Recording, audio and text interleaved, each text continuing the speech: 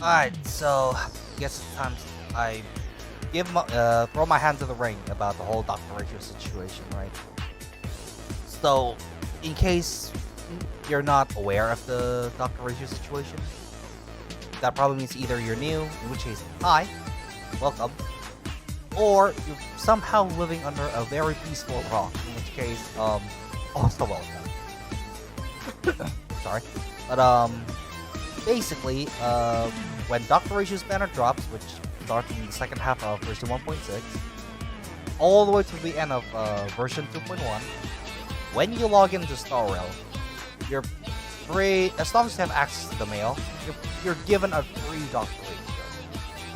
Now, obviously, that's really good, right? I mean, you know, Hoyo versus other very popular gacha game, Genshin Impact, it's been going for like, what, 3 years? And it still haven't gotten like even a stand Smash or Slender, but like that's the big drama, right? Haha, Genshin could never. But a worry that I've seen circulating around is that, oh, you know, Dr. Ratio is free because he's not good, or he's designed to be free. I'm here to tell you, no, he is definitely not designed to be free. Dr. Ratio is a character designed to be limited, that they just give out for free because, honestly, promotion. That's like the cynical part of me saying that, but obviously it's also just a good sign of appreciation from Hoyoverse. But I want to address the I don't want to address the whole, oh, you know, Genshin could never, right? Other content creators have done that to death already. No, what I want to cover now is a topic that, well, a lot of content creators also have covered already, but you know, I've seen a lot more people, a lot of people, right, saying Dr. Ratio, oh, he's not good because he's free. I'm here to tell you that no, he is definitely going to be like at least good, probably really good, possibly amazing, possibly. He's not really designed to be free. And we're going to go over his strengths and weaknesses because yes, of course, every character has a weakness. The most broken ones in this game. But that's what we're gonna do in this video. Now, I have to preface this by saying that this is obviously just my opinion. You're very much entitled to your own opinion. If you don't agree, that's fine. This is just how I think.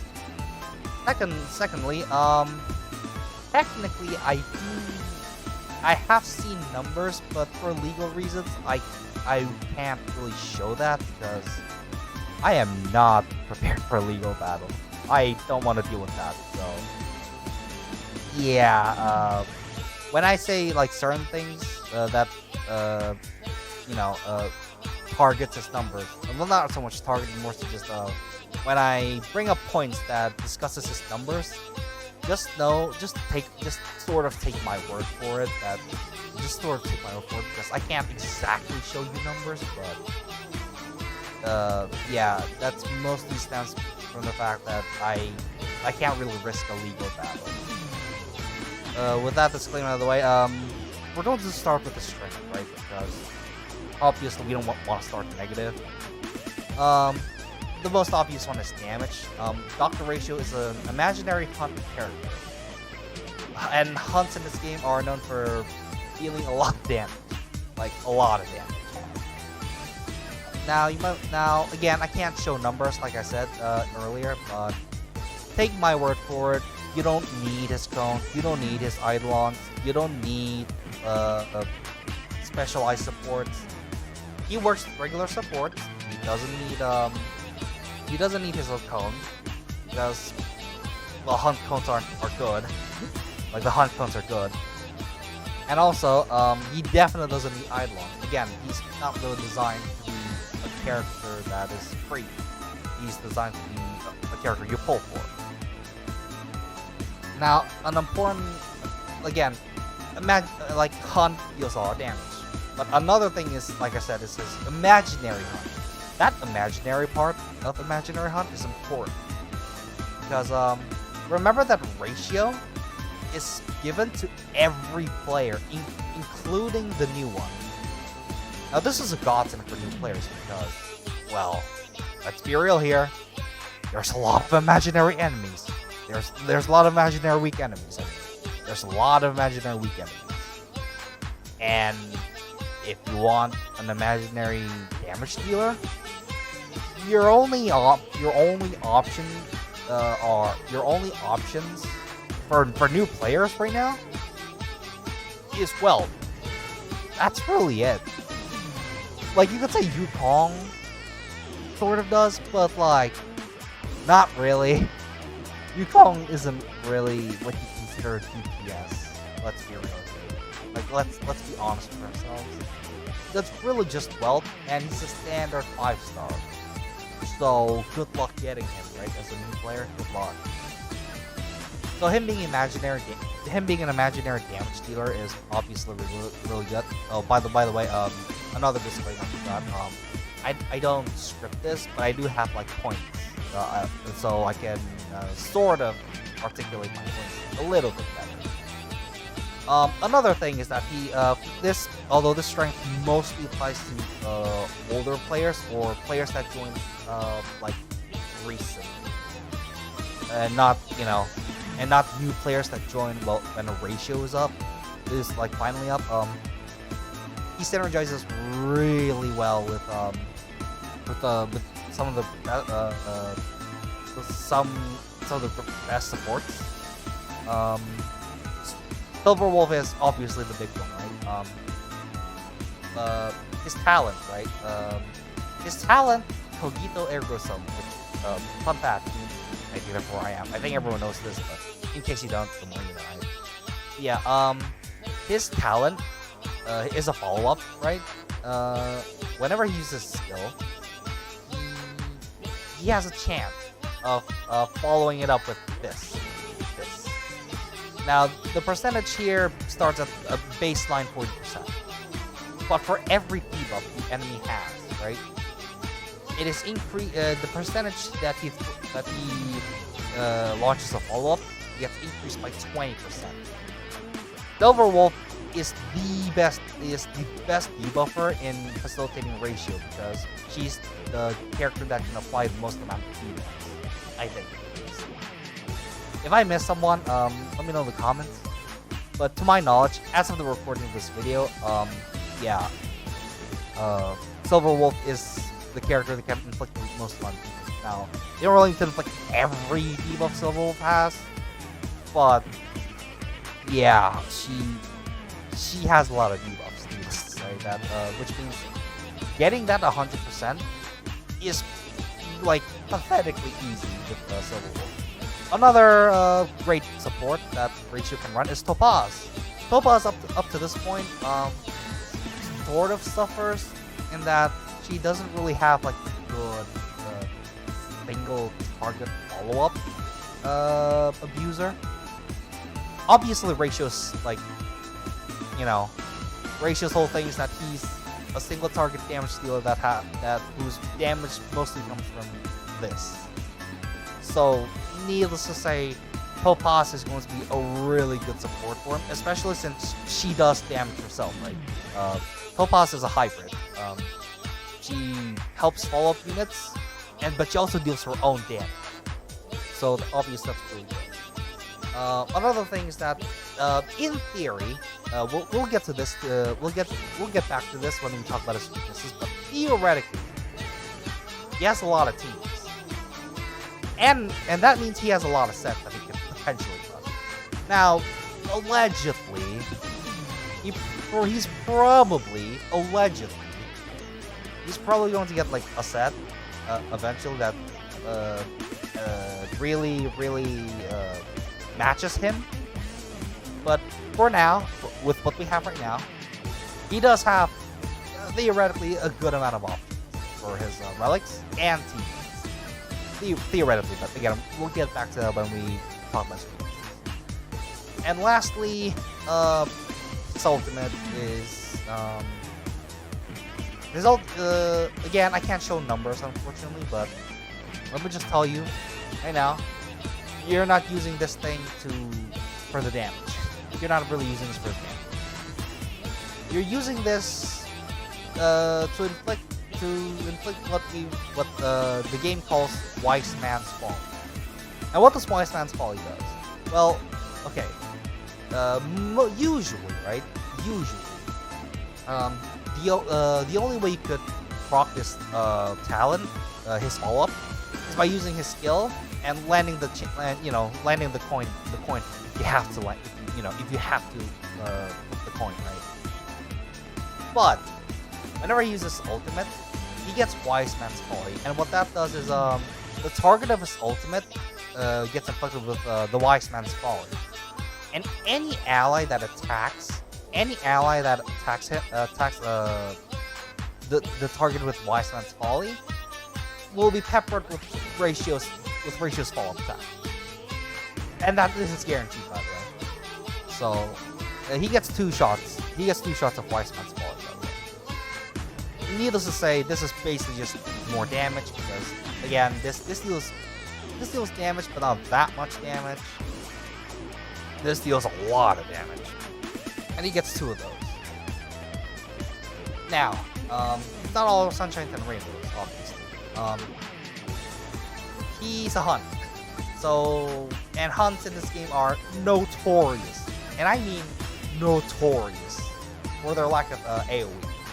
This wouldn't be a problem if Hoyoverse gives Star Rail enemies that are actually single target. But unfortunately, most of the time that's not really the case. Like, even single target fights just sort of devolves into AoE because they can just summon mooks. They can just summon like regular enemies, and all of a sudden they're like, oh crap, I have to fight like 5 enemies at once. One. That can be a problem, obviously. This is actually compounded further by like one of his strengths is that he synergizes well with a lot of great supports. I mentioned Silver Wolf and Topaz, which are some of his best facilitator of his DPS. But the problem then just becomes, well, though they're both of them are like super single target oriented. So it's like, so you have this guy that is pretty much almost exclusively single target, and then you have his supports. One of them a pure debuffer that is pretty much single target, and then you have like a hybrid DPS that can also support, but she's also almost purely single target. So then it's like, well, crap. It's too much single target in one team. And you kind of need to sustain, so you can't exactly slot in AoE damage to it, right? Obviously, this is sort of a tentative weakness. Like, it's very much possible that ratio teams would just deal so much single target damage that the lack of AoE isn't that big of a problem. But still, I think it's worth considering that he's already suffered from single target problems. But the fact that some of his best supports are also single target, it's probably gonna be like a noticeable problem at the very least. Now, a weakness that I haven't seen most people talk about at all is his hit count. All of his hits are 1 hit. Now, I'm wondering, why is that a problem, right? Well, here's the thing about how crits work. By the way, he's a traditional like crit-based DPS. He wants the usual DPS thing, right? Here's the thing about hit counts and crits in this game. Crits are calculated with every single hit count. So, for example, in terms of raw damage, Steel's ultimate is her, like, let's take a hunt, right? Steel is like the gold standard for a hunt DPS. Steel's technically her biggest burst of damage is her ultimate because it has the highest scaling. But the problem with her ultimate is that, again, it's 1 hit, meaning that if she doesn't crit that 1 hit, well, there just goes a lot of her DPS down the drain. Meanwhile, her skill has 3 hits, which means she has 3 chances to crit.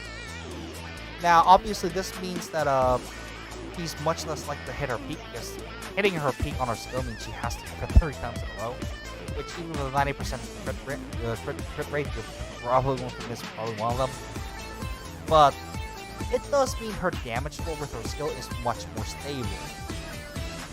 This means that, and here comes Ratio's issues, right? Every single one of his hits, and I do mean every single one, are one hit. Meaning that if he misses that crucial crit, he just loses a lot of his damage then and there. Now this is largely for people that aren't seeking to like quote unquote min-max him. This basically means that you want more crit rate than you usually like. So again, he really needs to land that one crit. Because if he misses that crit, you're going to feel it. He's going to feel it. Now let's go back to the point, to one of his strengths, right? Sorry. Theoretically, he has a diverse set of moves. That's just in theory. I could insert a math hat game theory joke, but I won't. But in theory, yes, he has a lot of teams. But realistically, no. Some of those theoretical teams just aren't that practical. So how big of a strength those theoretical teams are is, well, let's just say uncertain at best, right? Which is why I put in the weakness so it cancels out the strength. We don't know how impactful theoretical diverse set of teams are. If it's like actual, like legitimate, then that's one weakness gone. But if it's not, and he's just want the typical stuff, then obviously, well, both are out. So it's, I guess, neutral, right? And the last big weakness, which is kind of just an inherent weakness of Hunt in general, that he lacks a turn. He lacks pretty much a turn attack. He lacks that, so he can't just steal turn. Now, what do I mean by steal turn? Steal has Resurgence, so she pretty much gets 2 turns to steal something. That's like obviously what makes her so good, right? Meaning that even in AoE scenario, she just kills stuff anyway. She doesn't care that much anyway, because she can just ping pong across the battlefield, and well, for you to stop her. But outside of Seal, Dushang's ultimate, when you activate Dushang's ultimate, right, she gets her turn immediately. That's really good, off needless to say. And even Dan Heng, right, I think this is restricted behind Eidolon, and I forgot which Eidolon that is. Well, I do know that one of his Eidolon, right, gives him a turn when he kills something with an ultimate. That's not as good as Dushang just giving a turn, obviously, but it's still an extra turn. The lack of turn advance is part of the reason why Yang is fallen off so much, outside of, haha, Jingli, right? But yeah, Ratio has the ways of advancing his own turn, but I will say that Iceman's Folly, the thing that you get from his ultimate, it does somewhat mitigate it. Somewhat, right? It doesn't erase the weakness fully, but it does somewhat make up for the fact that, well, he doesn't have certain effects. So how they quote-unquote circumvent it is by allowing him to attack twice after he uses an ultimate, and it's not his turn. It's not foolproof, obviously, but they at least try to mitigate it, right? And I guess like a minor weakness, if you will. Obviously, Silver Wolf and Topaz goes back to them. They're also limited 5 stars. To be fair, Ratio is free, right? So you could obviously have one of them, but new players don't really have access to those two. So. But despite what I said, no, Ratio is going to be good. Don't worry, he's not gimped because he's free. He's very much he's very much a good unit.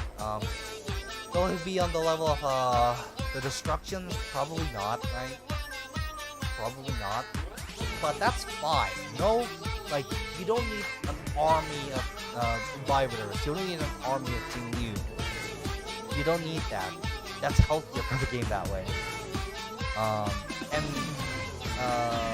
he does offer a way of playing that is, and especially because his only real competition for the magic damage dealers is Imbibitor, right? He plays so differently that even if you have Imbibitor, it's not entirely lost because again they just play so differently, and you might hate how Imbibitor plays, but you might like how Ratio plays, right? So yeah, again, he's going to be good. That's all I'm gonna say, right? That's the whole point of this video. So yeah, we're just potentially amazing. Yeah, no, he's gonna be good. He's not gonna begin. Don't worry about it. No, he doesn't need Eidolons. He doesn't need Spike Cone. In fact, you don't even need like meta, like super meta support, right? Like support's dedicated to him. No, you don't need that. Yeah, that's all I have to say about the matter. There's probably something I missed. I made this video in a hurry, but yeah, basically, no, he is not Gin, he's not weak, he's pretty damn good. Pretty damn good. Pretty dumb name though, Dr. Ratio. Are you kidding me? That's such a stupid name.